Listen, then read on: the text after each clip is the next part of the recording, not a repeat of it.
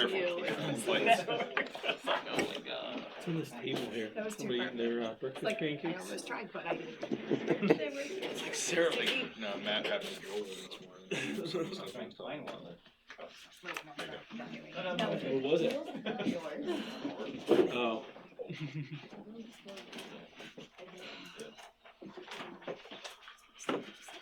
This is not included. Did not include. There's a seat over there yet? Where else do we need? I think he's taking a scholarship for something. I think he's all done there. Yeah. Do we need another chair? We talked to Marissa about it. Her blessing. It's all Okay, we might as well get started early. That's what I like. Early is on time is late, late is unacceptable. Those of you who have gone to Mountain View as long as I have, Jesse Torrance gave that message many years ago. Jesse has a super high C on the disc profile.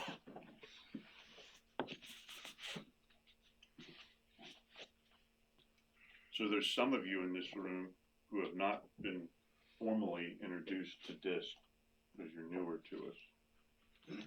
Who has not been through one of my DISC basic classes? You probably have not either, correct? We spoke about it in the one a little while ago. Okay. So we'll get to it. Not where we're going to go today. I have a different question for today. This is a personal development question. I was thinking about this and thought this might be worth sharing. We've asked a lot of questions, but let's try this one. What could you do between now and next Thursday to become 1% better in each area listed below? Home, work, personal relationship, professional relationship, education. Has anybody ever asked you that question?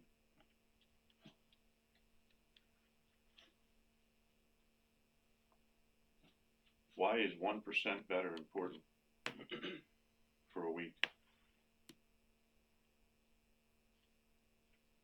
By the end of the year, you're 52% better. Bingo, you nailed it. Because if you do it every week, at the end of the year, you're 52% better. If you take 2 weeks vacation on being a better person, you're still 50% better.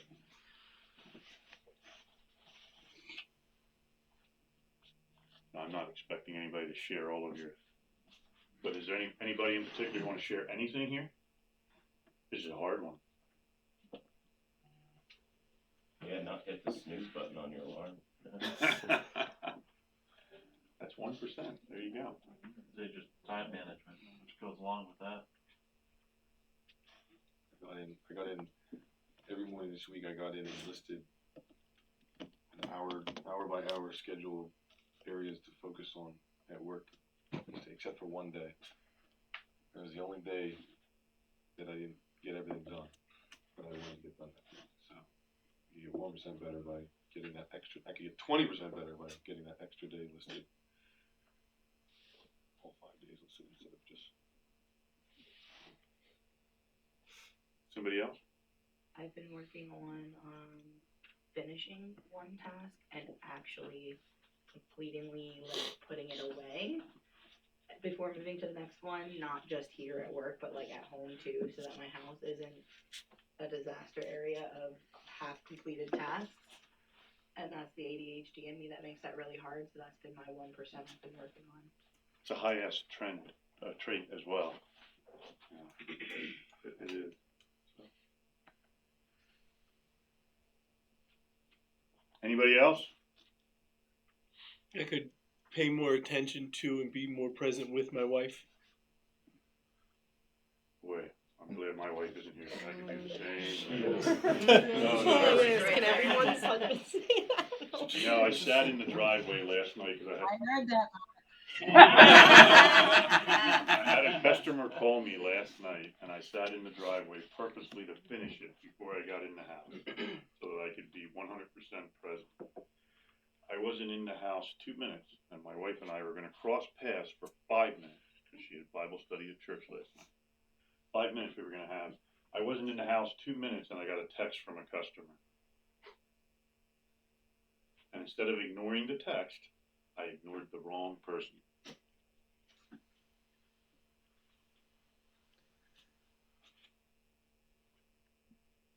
Who else? One more? Go ahead.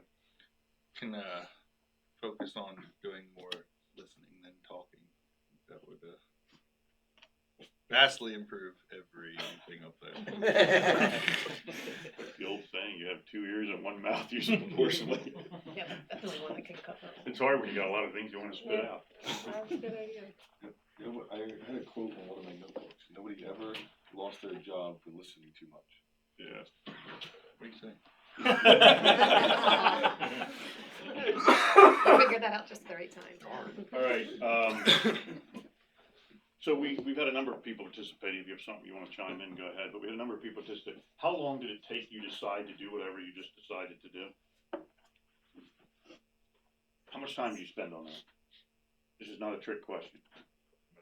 The answer is probably a minute or two. You know, what if you were to take 10 minutes every day, 10 minutes, and just ponder that question?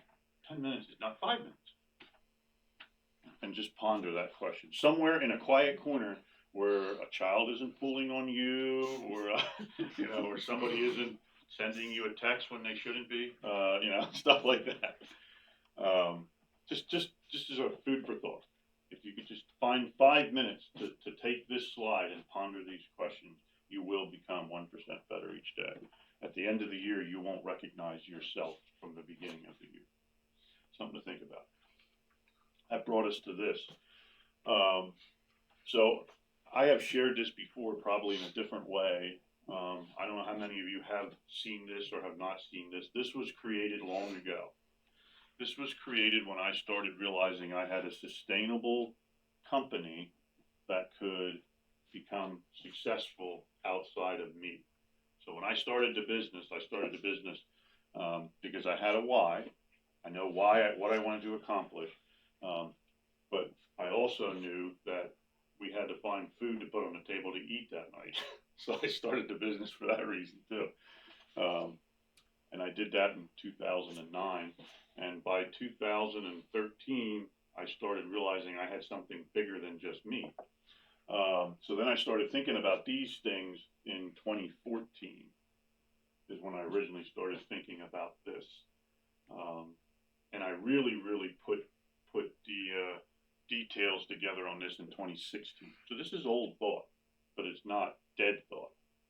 I still live by this. I revisit this list regularly.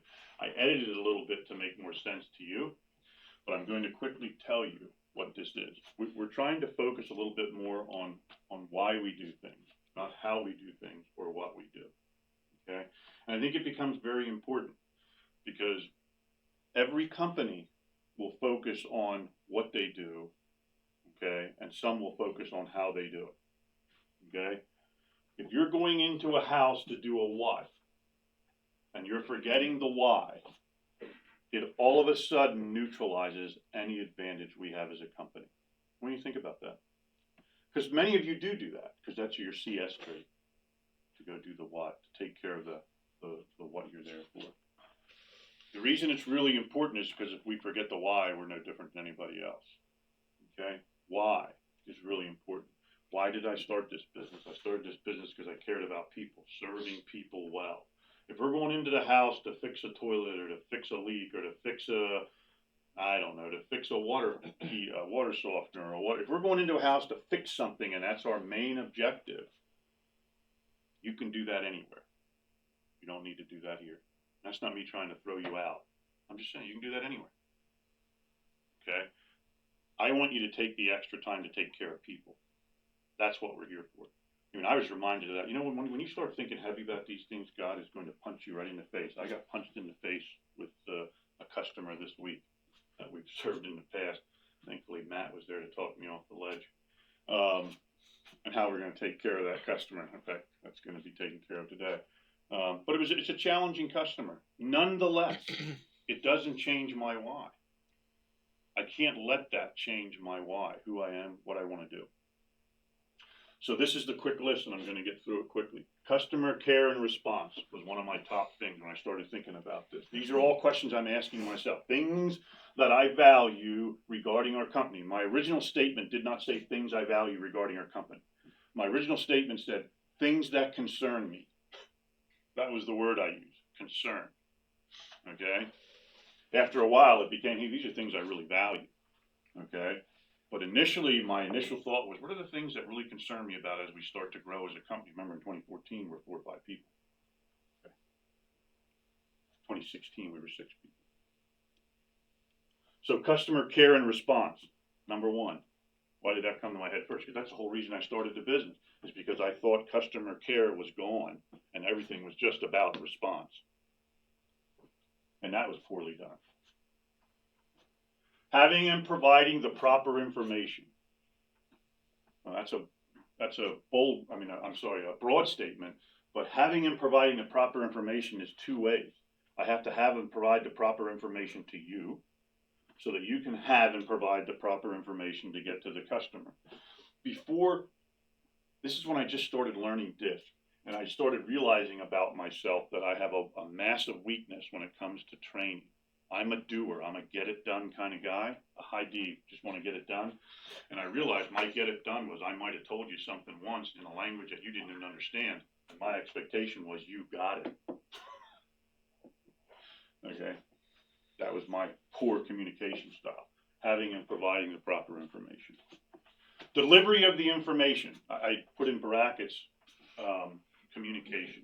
How that information delivered, because I thought about what I just said. I'm a poor deliverer of information sometimes because I have a different expectation level.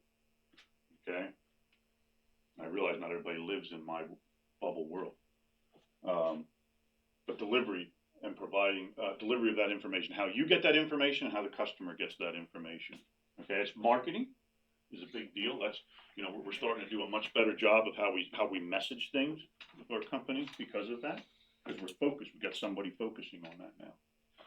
These next few should tell you something about how I think. If you don't see it in here, you're probably in the wrong place. Employee family life,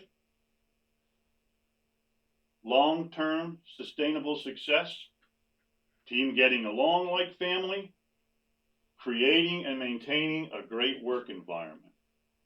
4, 5, 6, and 7 is about what? Or more importantly, who? Us. It's internal. This is where my brain spends most of its time. 4, 5, 6, and 7.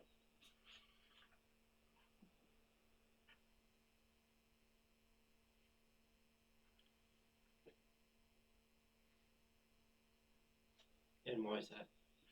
It's a great question. The bigger question is, who else does that? Nobody. I have never asked anybody here to do or believe what I believe. This is my statement below. This is what I believe. This is what I do. This is how I do things. Okay? It's my responsibility to live that way. Okay? I've heard it once said many, many years ago, preach the gospel, but absolutely necessary to use words. That means your actions. You can say anything you want, okay? It's what you do that tells people about you. Kids, how do you think kids learn? You watch little kids learn? You can tell them all you want, but they're doing what you do. Because they're little mimics. I remember having a parakeet. My brother Mike had a parakeet as a kid, and my dad, bless his heart, that's a Southern thing. My dad was able to basically say one word after his stroke, and it was not a good word. The phrase. Yeah. Yeah, that was pretty cool. What I've learned is the parakeet learned to say that. Okay, he mimicked. Kids do the same thing. Kids will mimic you. Okay? So your actions speak way louder. This is what's really important to me. Employee family life, long-term sustainable success, team get along like family, creating and maintaining a great work environment. That's a why, a big why. Why is that important? If it's not important to you, I get that, then you can go work anywhere if that's not important to you. Okay? Truthfully, because I have nothing else to offer outside of that. You know, this is what drives me to do better here, because I'm thinking about you guys all. I'm thinking about all the failures I had in my life, quite frankly, because I'm a driven person to the point of ridiculousness. Okay, so. And at one point in time, I was with a large company. I was responsible for all North America, United Kingdom. I had a $980 million budget. Chew on that for a minute. I did that at the age of 27. That's a driven person. But I was going in the wrong direction. Okay, so I started thinking about that when I built my company. I had something before that with another company. I was with a company called J. Fagley & Son, which was a much more family-oriented business. And I was trying to figure out how to get back there. And in 2009, I figured I can't get back there. I got to make it. That's where this came from. Trying to recreate what I walked away from because I was a driven person and chased the wrong thing. I was chasing dollars and ego. Because I'm a high D. It's all about ego. It's all about winning. Falling behind, being satisfied is number 8 to tie into our why. That's progressive thinking. I think one of the things that led our company to be successful in the early years is that idea of progressive thinking. In my industry that I started in, the water treatment industry, when I started this business, every water treatment company went out and did free water tests, free water tests, free water tests. That's how they did business. Everything was about a free water test. When I started my business, I didn't do a single free water test. I wanted to provide something of value, something worthwhile, and something I could say was real. All of those things are hard to do for free. And that's just how I conveyed it to a customer. It's not free because it's worth something. Okay? I'm giving you good information. So when I started doing these things, most companies were doing real estate testing. They were going out and they're just collecting free samples and then doing a coliform and sending it out to the lab. I didn't do any free sampling, but what I did was one extra thing. For $175, I would go out and do a coliform test. I would do at that point what we had as our 9-point. This is going way back to the early days. And the other thing I would do is I would do a basic inspection of all their well equipment. I didn't do a well inspection like we do today, but I would do a basic, and so I wouldn't just go in and fill a bottle and leave. That's what everybody said. Everybody comes in here, just fills a bottle and leaves. You're here for 45 minutes. I said, that's because I'm providing a service to you. Beyond just. That's what it was all built on, beyond the just. So that's how I started. I started just doing that for $175. That's what I did. Everybody else was doing it free, and I became super busy for $175. That should tell you something. People don't value free as long as you show them the value of $175. And I was able to do that. And that's how we grew in the early days. And then the last one I had was settling for good enough. Settling for good enough. That means we're just doing stuff. And we're not taking care of people. And it's a little crooked, but that'll be okay. If it's a little crooked and that'll be okay, then that tells me you're probably a little crooked and that'll be okay. Is that fair to say? If you don't care, what don't you care about? Again, I'm not trying to chase anybody out of the company. I'm trying to build an idea of what we're about and why it's important, these types of things. Good enough isn't good enough. Okay. At some point in time, you do reach. Okay, you cannot chase perfection. Okay, perfection will strangle you. You'll never get there, but you can pursue excellence. Look up Vince Lombardi. He built a lot of championship teams just on that one phrase. We cannot be perfect, but we can pursue excellence. Perfect will strangle you. Excellence is something you'll chase forever and never achieve. But it's worth chasing. Then the last thing I said was developing a proper chain of command with these 9 things in mind. In other words, as I build an organization, I had to build leadership that believed these 9 things. Because if I didn't, then my legacy would die the day they put me in the ground. And that's not the plan. So, the plan is it goes on and on and on. Okay, the plan is to build a company that everybody can participate in and win from. So there's a win for everybody. So that's the plan, okay? And then this is my own statement. You don't have to read that. You don't have to believe that. You don't do anything you want with that. That's my statement to me. This is a private piece of information that I'm sharing with all of you. I didn't make this for you. I made this for me, and I'm sharing it with you. That's a bit of a vulnerability on my point to say, hey, this is who I am. And this is the company I'm trying to build and the organization I'm trying to build. We're going to grow at a fast pace. Okay, when you grow at a fast pace, it's really easy to take one of these things and just say, meh, and go here. We can't do that when we grow. We can't compromise, because if we compromise, we're just like everybody else. We don't want to be like everybody else. I don't think we do. I don't think anybody sitting in this room is sitting here because they just want to be anybody else. Okay? I mean, I realize we all have to have a job, we all have bills to pay, and we all have to have an opportunity to earn an income. You're here for, I'm here for that reason too. I mean, I started the company because I had to eat. Okay, and if you look at me, I like to eat. So I had to eat. Okay? But we're bigger than that. We're about more than that. Okay? So this is just something I wanted to share with you. I thought it was a good opportunity for us to go back to the beginning and begin to understand why we're here. I mean, if we're a dollar chaser and a next best thing chaser, I'm probably not a good solution for you, because I'm trying to go way beyond that. I'm trying to build something way bigger than something that's collecting dollars and building just legacy. I'm trying to build something way bigger than that.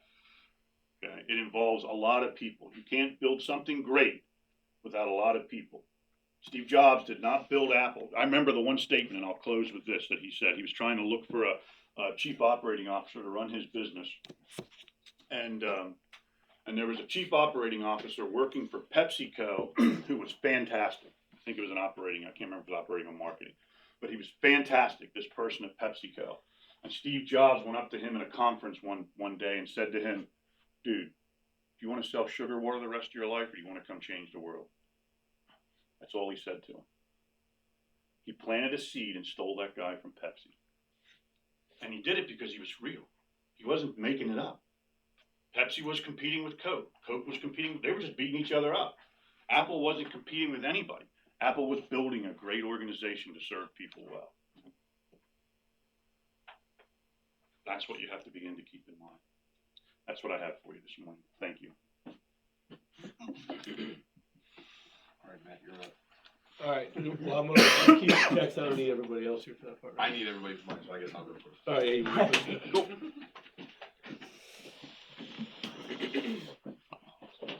I actually just need whatever I brought up here. You don't need to move. I just need to reach Do you need this? Should I leave this here for you? No, Okay, as long good. as this can connect. Okay. Yes. Is that connected to the TV? Or can we connect to the TV? So this first 7 minutes is for everybody, because it shows everybody's part in closing jobs, putting jobs on hold, and kind of clarifies some stuff there. And then the second part is only not just techs, but anybody with a technician account on service type. So anybody who goes in the field.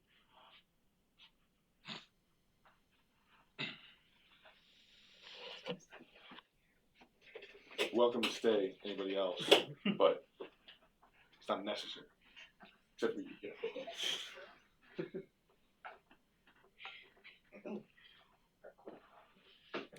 Oh no, what'd I do? There's buttons on the side of the mouse. That confused me. User error. Oh, so I'm gonna take them share my screen. All right. So there's, from the technician side, if they're working a job, when they go to close out, they can hit right here. I need notify the office I need another appointment. You guys familiar with that? What this does, they can put their reasons why.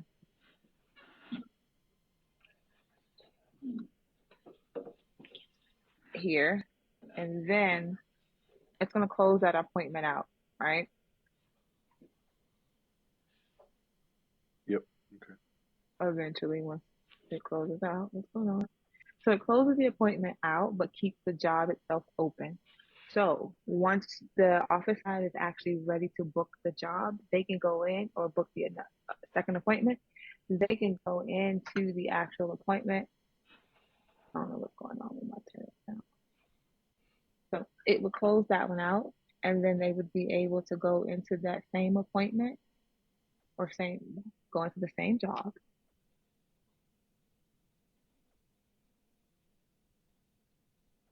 And then just add another appointment.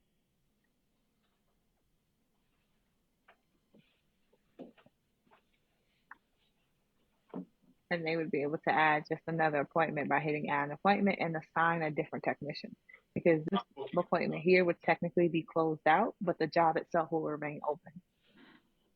So it wouldn't create multiple job numbers. They'd all be on the same ticket. Cool. And then anybody can be assigned to that next appointment. Correct. It doesn't have to be the same person. Cool. Does not have to be the same person. And also, if let's say like they place the appointment on hold, so we place this on hold.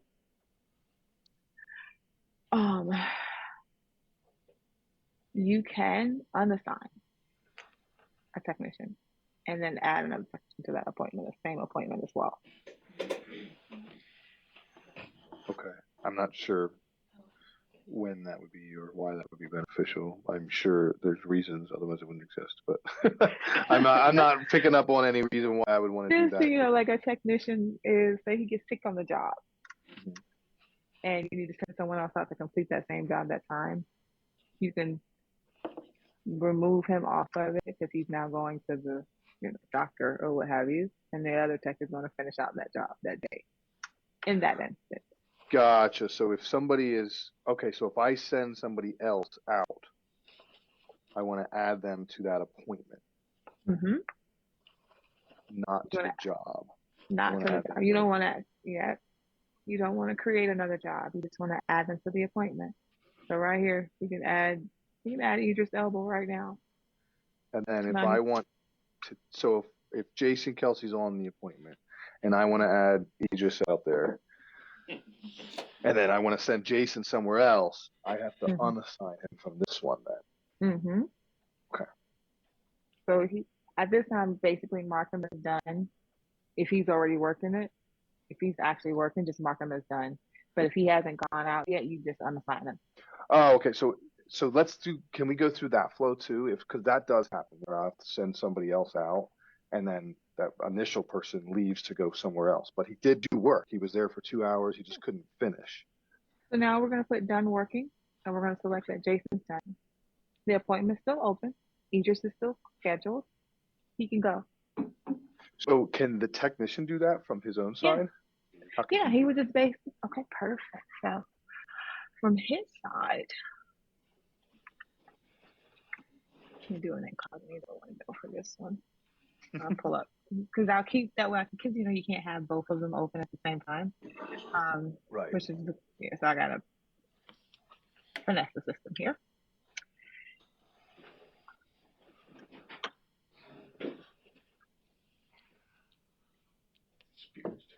We have like our super security that I gotta go through 3-step verification for just to get into it.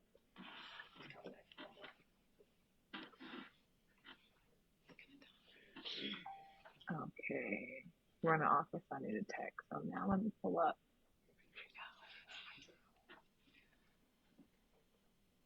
Let's pull up Idris. Okay, bet you guys didn't know Jason Kelsey was a plumber.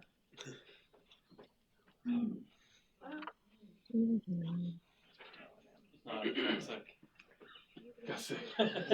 Yeah. Oh, That's how he got his contract. It's a It wasn't a doctor's appointment at all. It was a try out.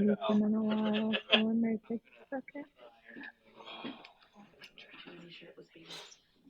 Yeah, I'm gonna add another appointment here as well. I feel better now that I've heard this long.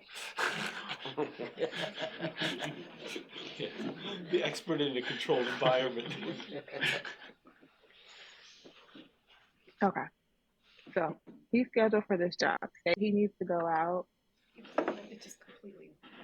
He's gonna go to this job here. He's gonna dispatch himself, and then he gets called out. Oh, come on, update.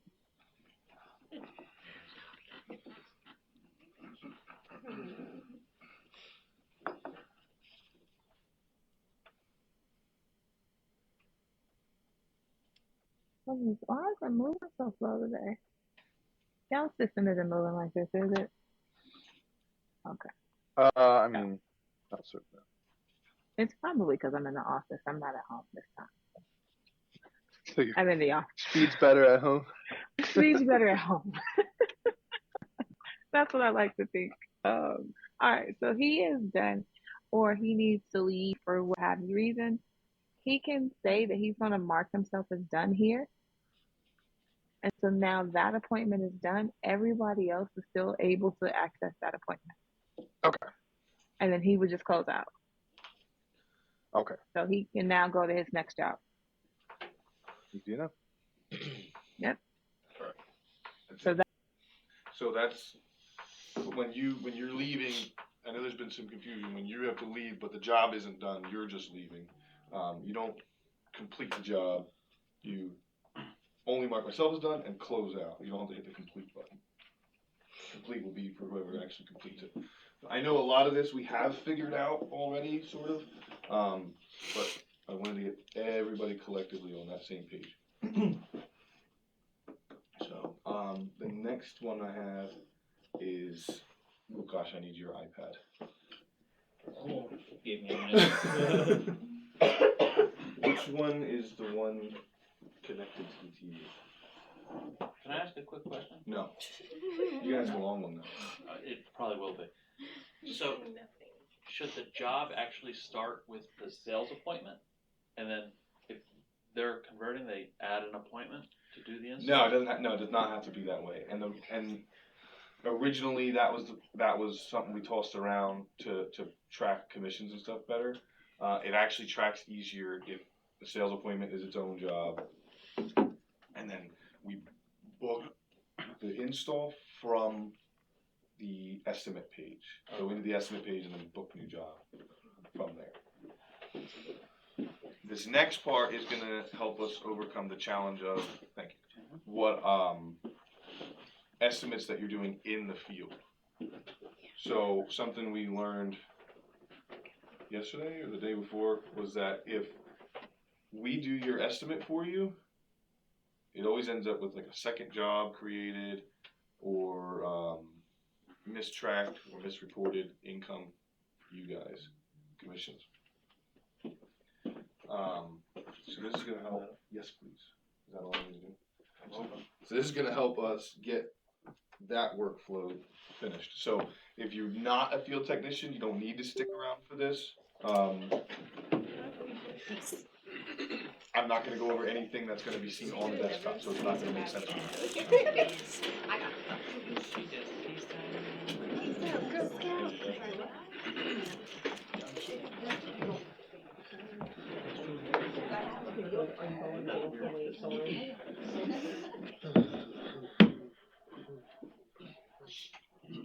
So you're going? Clear it out. That's awesome. There we go. All right. So there's two different types of jobs on Lukasch's practice schedule today. Just get you some time to go breathe.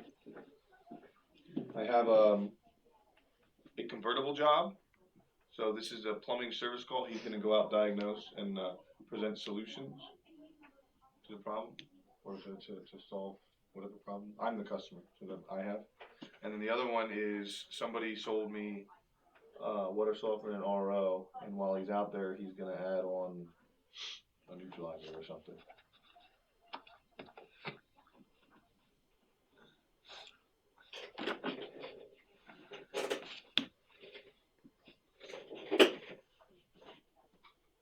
You can change that back later, but I want the alerts to stop this time.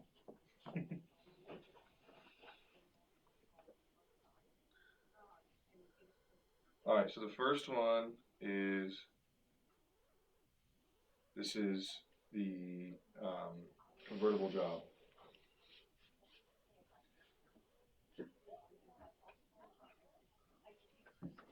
Bet you didn't. Close this out.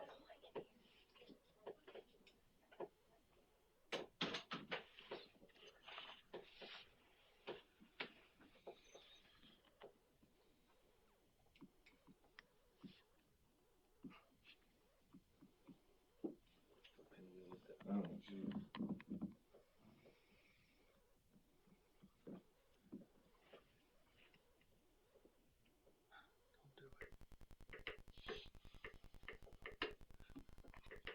Mine's worse with I was gonna say, I think my Wi-Fi's better. I mean, my Not in the back of the building here. though. yeah, it's like this Two one rooms, spot where you yeah. get exactly where you can't get any reception.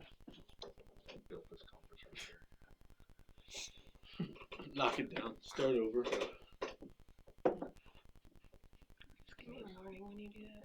So I can not be over there. Your office used to be a lot bigger. It's fine, it doesn't need to. Yeah. It used to have a movable wall. It used to have a really creepy baby doll. When I first came here, yeah, it was a movable wall. This didn't exist. There This wasn't was much of a wall. this was desks. Yeah, it was like one of those classroom I had a things. desk right over. I think. Right. There was one in the corner There where was you one were too. here, one there. Oh, Yeah. was it right here? Yeah, it was inside, right inside that wall. Yeah. But I only had like 6 feet, and then the rest was Mike. All these offices were tools. Mhm. Just piled. Yeah, the big pile. Tool room. Yeah. It was like, don't go in there, Mhm. basically. It was like, what do you do in that room? Like, Oh, the purple room? just don't go in it. Don't go in. Alright, so now that we're closed out properly, so we can go to, the first one is low pressure in the shower. He's gonna come diagnose this issue and help solve my problem. So I'm dispatched out there, I'm on my way.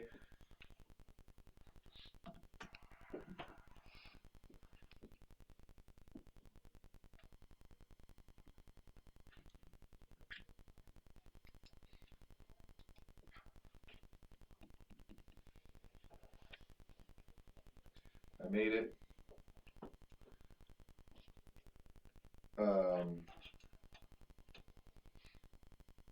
I'm gonna go over my welcome to the home, figure out, you know, what the customer wants, and I'm gonna go to the customer authorization and have them sign. And I'm gonna read right here: I, Zach Dierolf, customer, authorize Łukasz Nitko from Dierolf Plumbing and Water Treatment to perform the work listed above.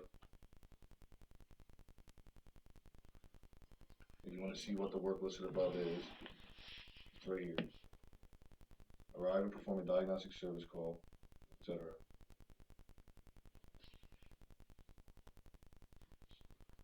For $89 at 90 Woodside Lane, Warriortown, PA. Alright? That's the first authorization signature. This is before you touch anything in their home.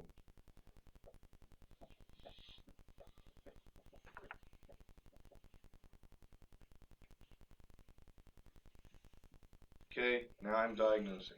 Now I've discovered the issue. Okay, Mr. Customer, you need a new well tank.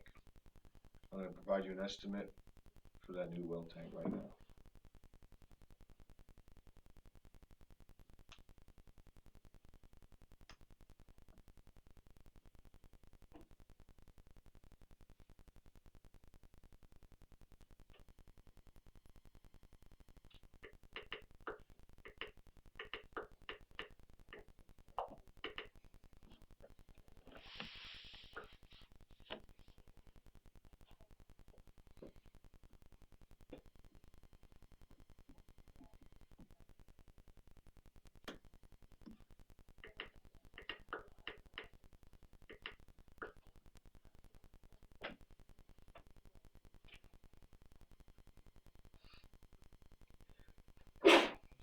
Thank you, sir.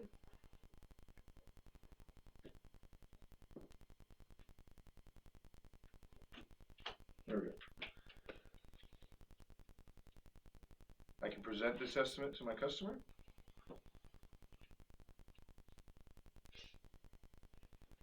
They can sign it, accept it, and I can say I have the items, I'm gonna do it today. Or I can say no, the work will be done later. If I say I have the items to do the work, I'm sorry, let me start with the first one. If I say no, the work will be done later, you just sold this estimate. This is a sale. You're gonna earn commission on this sale. This is not an upsale. If I say no, the work will be done later, this is a sale, not an upsale. Okay? If I do this, no, work will be done later, the next step will show you how you can further earn on that, or somebody else can further earn on top of that. If you select yes, I just do the work today, that means I'm doing it today, and this is an upsell. Obviously, we want to try to do this as individuals because you earn a little bit more on an upsell than you do from a regular sale. I have a question. What's the difference? So it's that simply right there. If I'm adding the work on today, What's the percentage difference? oh, the percentage difference, Because I heard this first time. So. it's in it's either 2.5 or 3% difference. It's in a spreadsheet. Honestly, I don't have the answer for you, but I can show you later. 2.5 or 3% difference. I did that. All right, so I'm gonna do it today because I'm upselling it. I don't have it on my truck, but I'm gonna pause the appointment, go get it, come back, and I'm upselling it today. So I apply, or somebody's gonna run it out to me. So then the question is, do you want to keep the items on your invoice or replace them? Well, I don't want to charge them the $89 fee that's on the invoice already because I sold this job. So I want to replace that item right now because that's what our deal is, right? Hey, if we're doing the work, you don't pay the $89 now, you just pay for the work. So I'm replacing that. The $89 goes away. Okay, I've done the work. I have a question.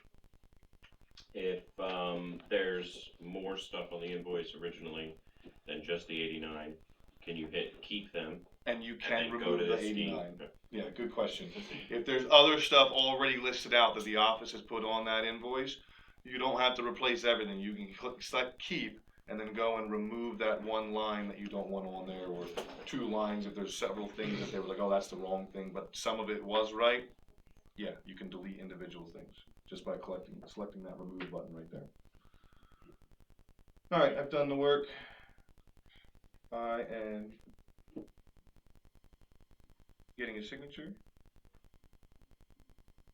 Sorry, I have to re-sign. I didn't realize this. I didn't realize this till just now. You have to reauthorize that. Although they just approved the estimate right in front of you, they have to reauthorize that signature. And now I'm done the work. This is the acknowledgement signature. This says, I, customer, acknowledge the work listed above performed by Wukashnitko from Dierolf Plumbing and Water Treatment has been completed to my satisfaction. That's what they're signing when they sign their name here. So if you scribble something, you're telling us that you acknowledge the work was done, but you're not telling us that they acknowledge the work was done. Now I'm going to collect my payment from my customer. How would you like to pay today, ma'am? I got cash.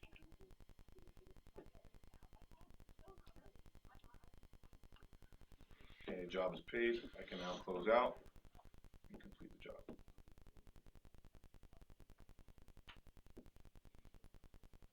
The next job is a sold job. So that first job is an opportunity job. When you see reports or you hear about the opportunities, that's an opportunity job. When you hear about conversions, that's a converted job.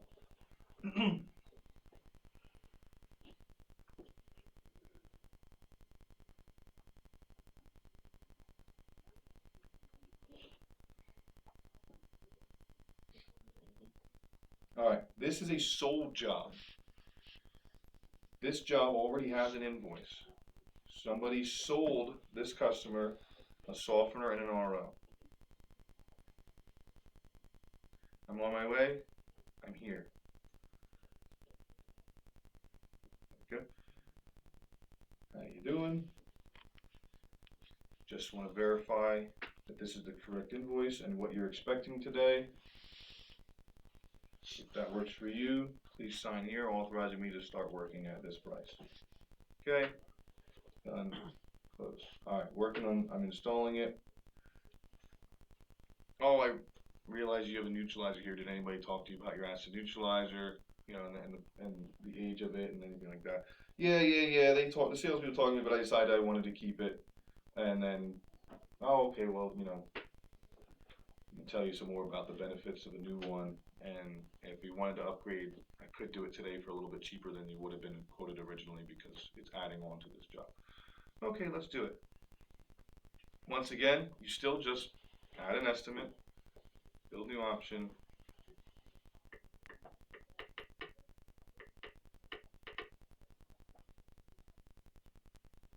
Add your items, materials.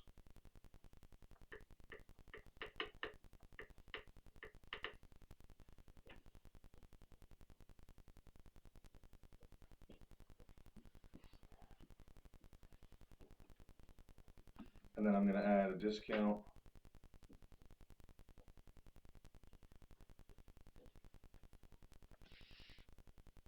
No, I'm not.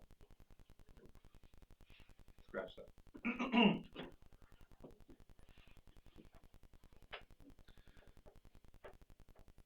So we will add in add-on, instead of adding discounts, you'll have an add-on item price if you're offering a discount. So as an add-on. So if you don't offer the discount, then you don't have the discount. But if that was how you sold it, hey, I could add it on today for a little bit cheaper, there's an add-on price. Right now this one is the same, but there'll be add-on prices. So okay, done the estimate. I'm gonna present it to the customer. So this is what we talked about. I can add this neutralizer on today for $2,078. If you're okay with that, go ahead and sign here, and then I'll have you reauthorize me to do the new work. Gotcha. Okay, I do approve. Sign and accept. Yes, I have the items to do the work today. I'm going to do it today. Keep items. Now everything is there. It's all added on one bill. Not two jobs, not two separate bills. It's all together on one bill. You can complete the work. You can start the work. Well, they'll authorize you to start. You can complete the work.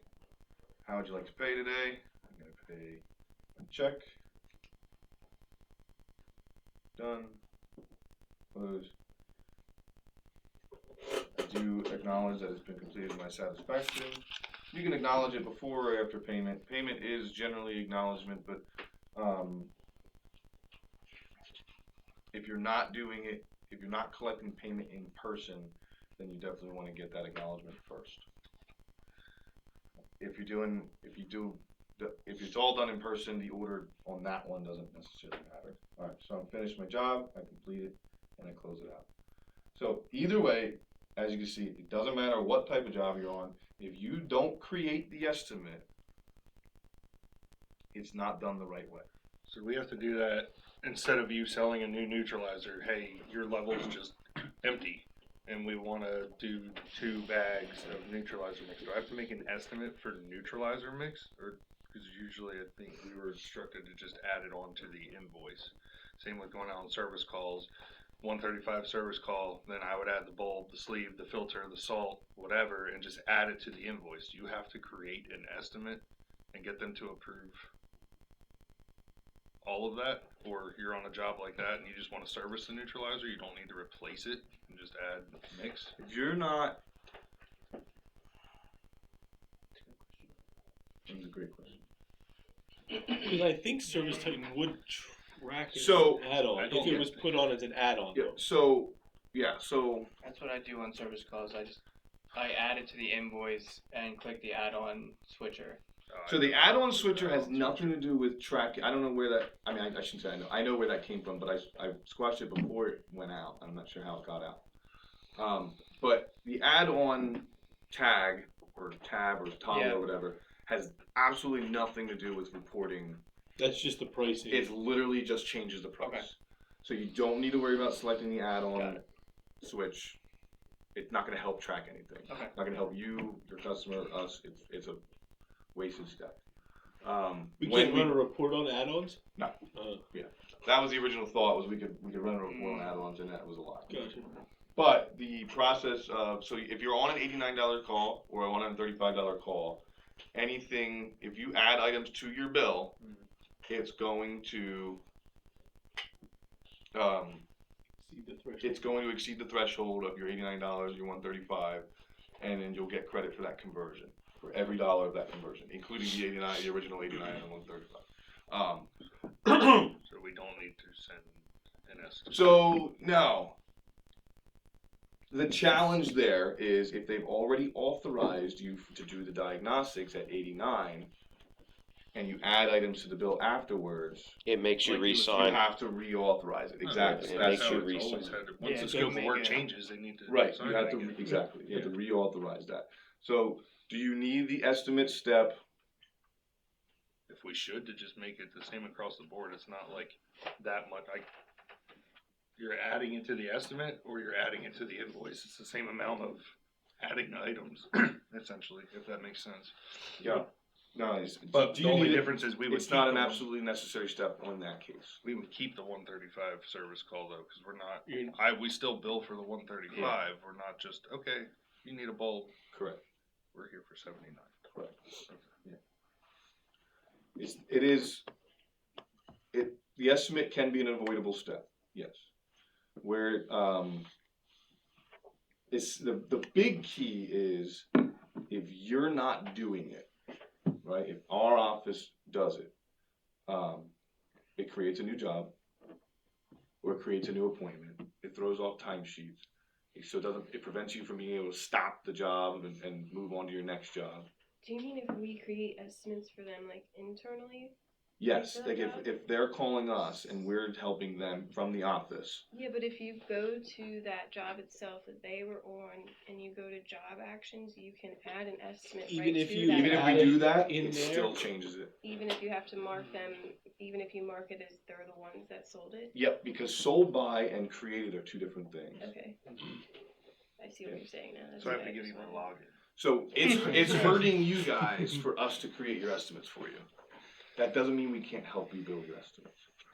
What we can do is if you start the estimate in your iPad and give us the estimate number, I mean, even if you don't give it, we can find it, but just for clarity, give us the estimate number, we can open up that estimate, add all kinds of line items and details in there, and then hand it back over to you. And And I- refresh that tab, it repopulates all the new stuff on your estimate. You can close that estimate then. I think the reason is so you can't work around Service Titan.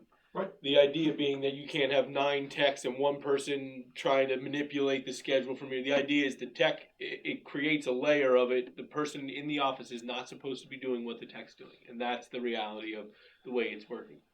On like the water treatment stuff, if we're bundling several units together, that, you know, we don't have to charge for a drain or whatever, we were told before, Matt has to approve all of the discounts and stuff if we're going to do that, not because we want a cheap item, but hey, the scope of work isn't full price for like 3 things. So if I build that, and then as Matt and I have done, Matt will go in and like adjust the discount price to give a package deal or whatever that he can approve of. If he sends the estimate, then he needs to let me know, like, okay, I made the adjustments to it, and then I would have to send it essentially. Whereas if Matt sends it, it's gonna look like It throws off the whole system. So that's probably why a big factor as to why the commission checks are way different than what What you're expecting. Yes. Okay. So you've seen it in action. We don't have time for everybody to go through and try it out. So the takeaway here, call. Right? If you don't know, call. If you don't, if I went out to a job and I diagnosed it and realized I need a new well pump, and I go in and put the well pump in, and I don't know how much to charge for the well pump because it's not in our price book, because it was a little off standard, or we just don't have it in the price book, whatever. How do you close that job out? Do you finish the job and say, hey, we'll bill you? Or do you take the 5 minutes, call, get the bill updated, start the estimate before you do the work, get the bill updated. You know, which path are you gonna follow? Are you gonna close the job or are you gonna not close the job? Because it's not closed if it's not paid, if it's not invoiced. Right? If the invoice says 0, it's not a done job. Call. You don't know how to you don't know how to. You're not sure if you're doing it the right way, or you're not sure you know how to track it properly or to record it properly. Go through the process to make sure everybody gets the credit that they're due, and the customer gets taken care of, and the company gets taken care of. Call. Somebody's gonna help. Right? But start it on your tablet, and we do any work to help you, you're fine. If we have to start the work, it screws you guys. More than anybody. It doesn't really screw us, the company, because either way the company gets their part of it. It really negatively impacts you guys the most. The customer still gets taken care of. We on the office end have a little bit of an inconvenience with pairing jobs together for reporting purposes. But you guys have potential to lose out on money. So I don't want that. I really don't. We don't win if you guys aren't winning. Are you able to get us a breakdown of how this is tiered and everything? Yes. And see, Yeah. Is there like a report that we're able to? Yep, it's over on the whiteboard right now. But I mean, like at the month to like be able to see like, okay, this is what you got credit for and for these. I can update it things every single day and hang it down there if you guys want. I was just going over that with Wukash this morning. It doesn't give me the ability to send a whole breakdown drill down of every job. Right. It gives me totals. Okay. So I can see on the computer a breakdown of every job. So it won't let you know like, oh, this job, this date, this customer, you got this. This job, this date, this customer, you got this. So you can, I see that on the computer, but I can't export that whole thing. So we can, at any time, you can pop in my office and I can pull up your card and we can go through and drill down at any time. Okay. What I can't do is export that in an email. It just, for whatever reason, I can't send you the drill down. Okay. So it's not a secret, it's not hidden. Anytime you pop in, anybody can go into the report and click your name and show you and expand it. If you have questions, you write down job numbers and say your question and we can figure it out. Okay. But the follow-ups tab, something Wukash pointed out this morning, there's jobs that are still in his follow-up tabs that we've done. Yeah. That shouldn't be. So that's probably a case where we did it threw things off. You had 2. I have Lydia looking at I 2. have Bible's worth. All right, so when in doubt, build an estimate. You're always going to be safe if you build an estimate. Make sense? All right. I'm going to just say, because I know you guys have been here all morning and your brains are probably fried. As these are field techs are the guys that need those. That's it. Most of you have already seen this. Brian has not. You can have that. Brian should have that. You were in practice mode again. Make sure you get it back out.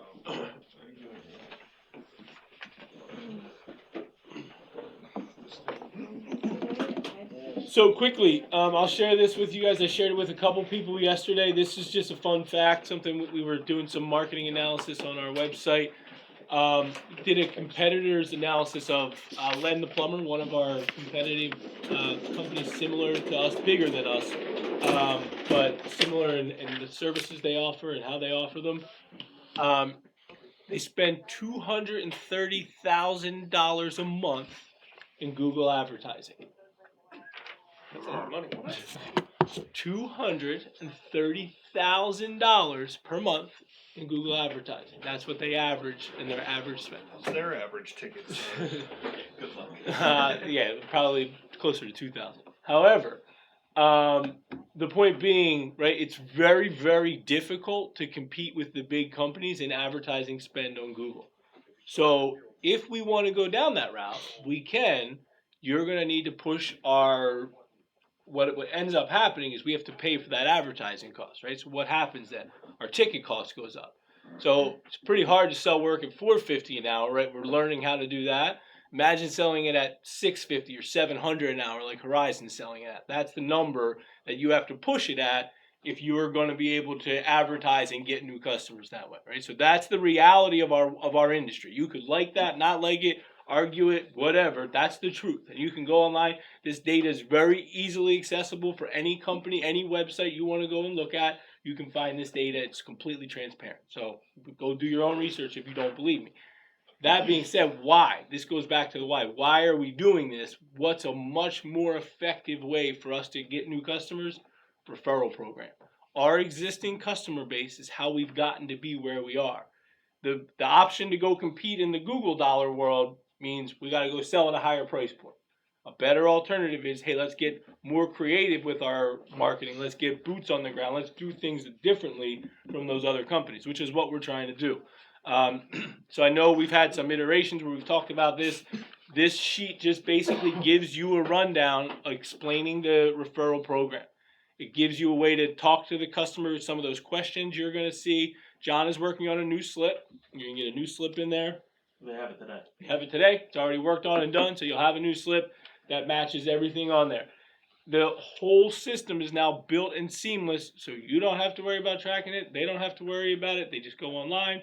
Service Titan does some of it. John does most of it. And the tracking wizardry and how it all works, but it's super seamless and easy. They get their referral. People are already taking advantage of it. What the key is that we're talking about it every time. They're going to see it everywhere. We're going to be talking about it. And this concept, the dinner on Dierolf, I think it's what threw people off. That's the verbiage we're using so that people just hear it and know it and remember it. It's going to be their thing.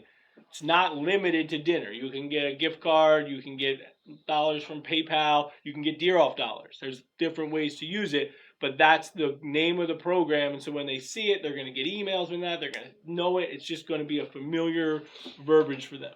Eventually, there will be a tier of membership. We'll get additional referral program. Right now, we don't need to worry about that. We need to go out every time, though, and make sure we're doing the 3 things that we've talked about on every single job to make sure that we're generating as many leads as we can internally. And that's water testing, plumbing inspection, and make sure we're talking about the referral program. It's pretty simple. I know it does, you guys are out there doing a lot of, handling the customer.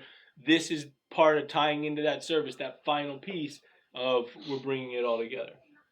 Are there any major objections or hurdles or issues you're running to in the field in terms of sharing or communicating it with the customers?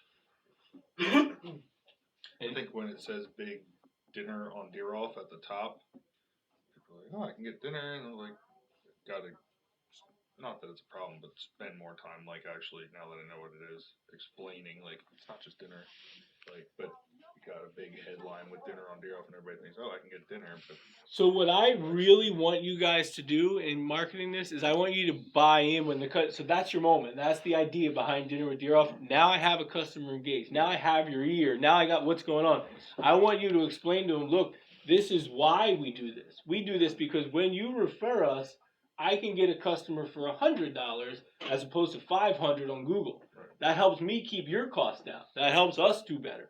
So that's your moment to say, yeah, this is really important. This is how Mark built this business on referrals like this. So, and I think that's how you engage your customer. And I think that's part of it. Didn't know about the Google and other things, but we definitely go in of when I started here, we were a fraction of the size we are now, and it's all been from customers' reviews and referring people. But.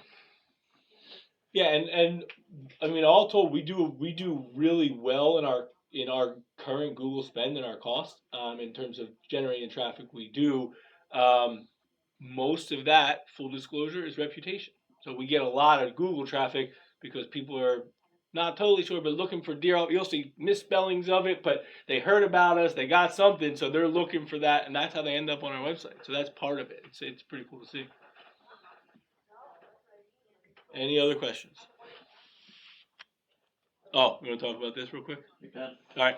So I don't know if this is not totally printed and ready to roll out, but this will be part of it. You guys are going to get a card that's going to be linked to you specifically. It's going to be your card. It's going to track to this program and say, hey, I got a referral from David. So you're going to be able to take these cards, give them out to customers. Hey, let them know you love David. Let so-and-so know. Ask for David. I want you guys to start to build those relationships with customers, And outside of work, hey, you're out hanging out with someone and they're talking. Hey, let them know. That again, the tracking part of it's done. You don't have to worry about it. You're not worried about it. As soon as they call, John's gonna know. He's gonna get an email. We're all gonna make sure we're taking care of it. All right. So that part's really, really cool. Is there anything specifically about the cards we need to talk about? We're each gonna have our personal avatars. If you want. Yes. Yes, that is. David. That is me. That's That's David. David. 10 iterations of trying to come up with David. If you do not want us to create one for you, and you'll be able to approve it, if you do not want one, we do have a Noah guy. That I finally understand the whole Noah guy thing now that I see it spelled out. Marissa was struggling with it until I said, Okay, say it out loud. Yeah, so if you guys do want to do the avatar thing, one last thing that ties into, if you have not gotten your information to John yet for that personal bio, please do that in any way, shape, or form. Understand the reason that Service Titan does that initial bio, is to start that's your first connection with the customer. That's your rapport moment. So if your bio says, I'm Justin and I like dogs, this person's gonna be like, what the heck is this person? So let's work together to put, and I'll gladly sit down with you, we can go through it, but you want that to establish, hey, I'm getting a professional, I'm getting someone that cares, I'm getting a human being, so that when you show up that first time, there's a sense of trust and know, and that's why they do it. It's not because it's fun, there's a reason, it increases your likelihood of closing sales when you go out there. So we want to get those bios done and get them up on the website so that we're using that feature in Service Titan to its fullest. Anything else? All right, go get them, guys. Let's go hit the scoreboard real quick. I like turtle. It looked like you were gonna say something. We gotta go. We're going out to Dr. Lung's. I'm gonna go with you. Oh, God. We gotta go back. I don't know. They Serve Pro went out. Mark got on the phone with them and was like, "It's not the toilet." We pulled it. We reset it. It's definitely not the toilet. You need Serve Pro. You got something else going on. Serve Pro went out.